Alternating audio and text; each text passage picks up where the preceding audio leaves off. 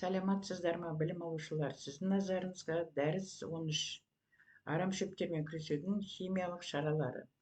Қаралатын сұрақтар: тұтас таңдамалы әсер ететін гербицидтер түсінігі, сипаттамасы, гербицидтердің топырақтық эффектісі.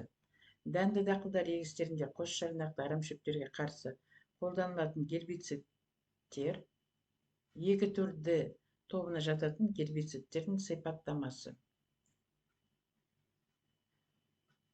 Тұтас таңдамалы әсер ететін гербицидтер түсінігі, сипаттамасы, гербицидтердің топырақтық эффектісі. Дәрілік түйежонышқа бұршақ тұқымдасына жататын 2 жылдық арам шөптер. Сабағының биіктігі 1,5-ден 2 метр аралығында. Құрғақшылыққа төзімді, өсімдік тамыры өте тереңге бойлайды, сондықтан топырақты кептіріп жібереді. Бұл арам шөп тұқыммен көбейеді. Бірінші жылы қыстайды, ал екінші жылда тұқым құрады. Бір өсімдік 17 мыңға дейін тұқым береді. Тұқымның ұзындығы 1,8 мм-ден, ал көлденесі 1,5 мм шамасында болады. Ол өзінің өнгіштік қабілетін топырақта ұзақ сақтайды. Көптеген ғылыми зерттеулердің мәліметтері бойынша, дәрілік түйежонышқаның тұқымы өзінің өнгіштік қабілетін 5 жылға дейін, ал Америка Құрама Штаттары ғалымдарының зерттеулері бойынша 70 жылға дейін сақтайтын көрінеді. Күзде және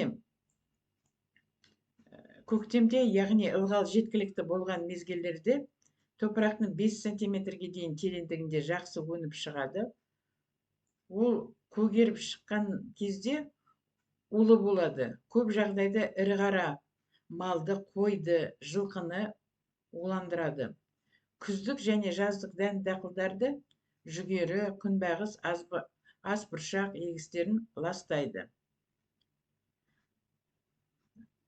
Енді олармен күресу шаралары, аз жылдық арам шөптермен күресу шаралары. Оларға қарсы қолданылатын агротехникалық шаралардың ішінде күзде жерді сүдігер жырту жақсы нәтиже береді. Өйткені көптеген аз жылдық арам шөптердің, әсіресе ерте пісетін түрлерінің тұқымдары шашылып, топырақтың беткі қабатында қалады. Содан көктемде қаулап өсіп, танапты ластайды. Сондықтан сүдігер өңдеу арқылы оларды топырақтың беткі қабатынан оның астыңғы қабатына терең сіңіргеннен кейін жер бетіне көктеп шықпайды. Аз жылдық арам шөптер тұқымдарын жоюда өршіту әдісінің маңызы зор. Ол үшін топырақтағы тұқымдардың көптеп шығуына қолайлы жағдай жасап, топырақты қопсыту, ептеп ылғандандыру, арам шөптер көптеп шыққан кейін оларды егін себер алдында тырмалау, культивациялау, дискілеу арқылы қырқып жою керек. Бұл тәсілді Қазақстанның күзі ұзақ әрі жылы оңтүстік және оңтүстік шығыс аймақтарында сүдігер жыртқанға дейін, күзі ерте түсетін және салқын солтүстік өңірлерінде ерте көктемде қар кеткеннен кейін, егін сепкенге дейін топырақ өңдеу жүйесінде жүргізуге болады. Аталған әдісті пар өңдеу жүйесінде Қазақстанның барлық аймағында жүзеге асыруға болады. Аз жылдық арам шөптерді жою үшін оларға қарсы гербицидтер қолдану жақсы нәтиже береді. Әсіресе дәнді дақылдар егісін ластап, оларға көп зиян келтіретін қара сұлыны жою үшін илоксан гербицидін қара сұлының 2 жапырағы пайда болған кезде жаздық және күздік бидай егістерінде әр гектарға 2,5-3 әсер етуші заты бар және 5 литр шамасында бүріккен дұрыс. Ал триалатты егін себер алдында әр гектары 1,7-3,4 литр шамасында бүрку шашып топыраққа тез арада сіңдіру керек. Кері жағдайда ол үшін кетіп ешқандай әсер бермейді. Енді көпжылдық арам шөптер өкілдері және оларға қысқаша сипаттама берсек, көпжылдық арам шөптерге 2 жылдан артық өмір сүріп, бірнеше рет ұрпақ беріп өсімдіктер жатады. Олар негізінен вегетативтік жолмен, сонымен қатар тұқымы арқылы көбейеді. Көпжылдық арамшөптер тамыр жүйесіне қарай бірнеше топқа бөлінеді. Олардың ішінде Қазақстанда көп тарағандар тамыр сабақты, көген тамырлы, атпа тамырлы, кіндік тамырлы және басқа да топтар жатады. Көген тамырлы арамшөптердің ең зияндылары кәдімгі қамыс, қара жарық, жатаған бидайы, құмай және басқалары жатады. Кіндік тамырлы арамшөптер. Кіндік тамырлы арамшөптердің топырақта қыстайтын бір ғана жуан кіндік тамыры болады. Көктемде тамыр мойнын бүршегінен жаңа өркен өсіп шығады. Ал енді негізгі өкілдері ащы жусан, қышқыл қымыздық және басқалары. Ащы жусан ол күрделі гүлдер тұқымдасына жататын көпжылдық арамшөптер. Сабағының биіктігі 60 сантиметрге дейін, тұқымы және вегетативтік мүшелері арқылы көбейеді. Бір өсімдік 100 мыңға дейін тұқым береді. Оның ұзындығы 0,8 мм-ден топырақтың беткі қабатынан жақсы өніп шығады. Вегетативті көбеюі тамыр мойнында орналасқан бүршіктері арқылы жүзеге асады. Бұл бүршіктерден бірінші жылы сабақ түзбейтін өркендер пайда болады, ал екінші жылы жеміс беріп, содан кейін қурап кетеді. Ащы жусан үйлердің ауласында, жолдардың жиектерінде, бос жатқан басқа жерлерде кездеседі. Әсіресе күздік дақылдар мен көпжылдық шөптері ластайды. Өсімдіктердің ащы иісі болады, сондықтан малдар жемейді. Ал егер сиырлардың жеміне араласып кетсе, онда сүтке кермек ащы дәм береді. Тамыр сабақты арамшөптер өкілдері.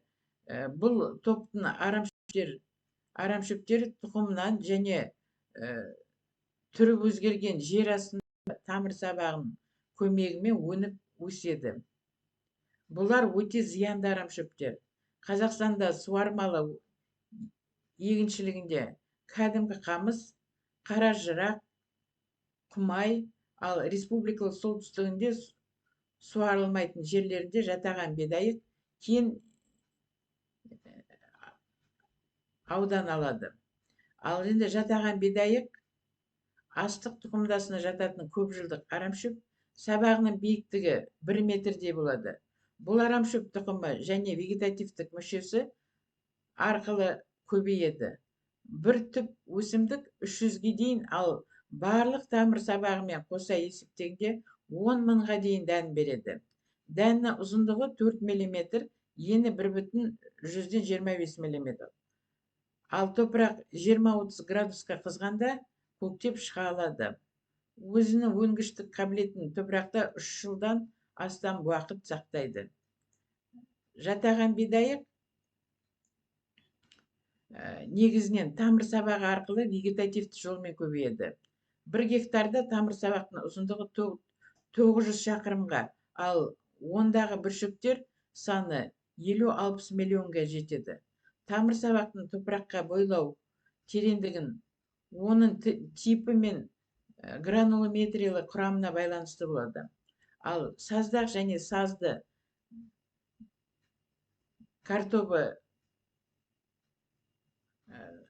қара топырақта Ақмола облысы жағдайында 5-10 сантиметр, кәдімгі орташа қара шірікті қара топырақты солтүстік Қазақстан облысы 10-12 сантиметр, ал жеңіл қара топырақты солтүстік Қазақстан облысында 15-18 сантиметр тереңінде жатаған бидайық өсіп шығады. Жатаған бидайық республиканың солтүстік облыстарында дән дақылдар егістерін ластайды, ал оңтүстік аймағында ылғалды мол танаптарда тарайды. Кәдімгі қамыс. Бұл астық тұқымдасына жататын көпжылдық арамшөп, сабағы биік, 3 метрден асады, жуандығы 1,2-ден 1,15 сантиметр аралығында. Іші қуыс болады. Бұл өсімдіктің шашақ гүлінде 5 мыңнан 50 мыңға дейін дән болады. Оның ұзындығы 2 мм шамасында. Жердің беткі қабатынан жақсы өніп шығады. Ал кәдімгі қамыс тамырсабақтары арқылы жақсы көбейеді. Топырақтың 40-60 см тереңдігінде бойлай өседі. Көп жағдайда бұл 1 шаршы метр жердегі тамырсабақтың ұзындығы 27 метрге жетіп, ондағы бүршік саны 600-ден асады.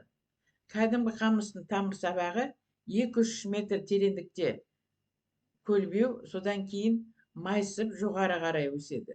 Майысқан тұсында күшті тамырланып, тек бағытта өсетін тамырсабағын құрайды. Олар келер жылы жаңа өсімдік өсіп шығады. Кәдімгі қамыстың бір ерекшелігі, ол тек ылғалды мол жерлерде ғана өседі. Сондықтан бұл өсімдік республиканың оңтүстігінде және оңтүстік шығыс өңіріндегі суармалы егістерінде кең таралған. Қаражырық және соражырық деп атайтын арамшөп, бұл астық тұқымдасына жататын көп жылдық арамшөп, сабағының биіктігі 48 см. Бір өсімдік 2 мыңға дейін тұқым береді. Ол жердің беткі қабатында 2-3 см қабатынан топырақ 20-30 градус қызған мезгілде көктеп шығады. Бірақ қаражырықтың тұқым арқылы көбею мүмкіндігі жоқтығын айта кетуге болады. Бұл арамшөп негізінен вегетативтік мүшесі тамырсабағы арқылы көбейеді. Ол топырақтың 15-20 см қабатында орналасқан. Тамырсабағының ұзындығы 2 метр шамасында, өсуіне қолайлы жағдай туған кезде бір жаздың ішінде 18-40 есе көбейіп, 1 гектар жердегі тамырының ұзындығы 800 шақырым, салмағы 4,5 тонна, ал бүршік саны 4,5 миллионға жетеді. Тамырсабағының басым көпшілігі суармалы жерлерде 15-17 см тереңдігінде, ал тәлімі егістерде 0,5 см тереңдікте орналасады. Назарларыңызға рахмет, сау болыңдар.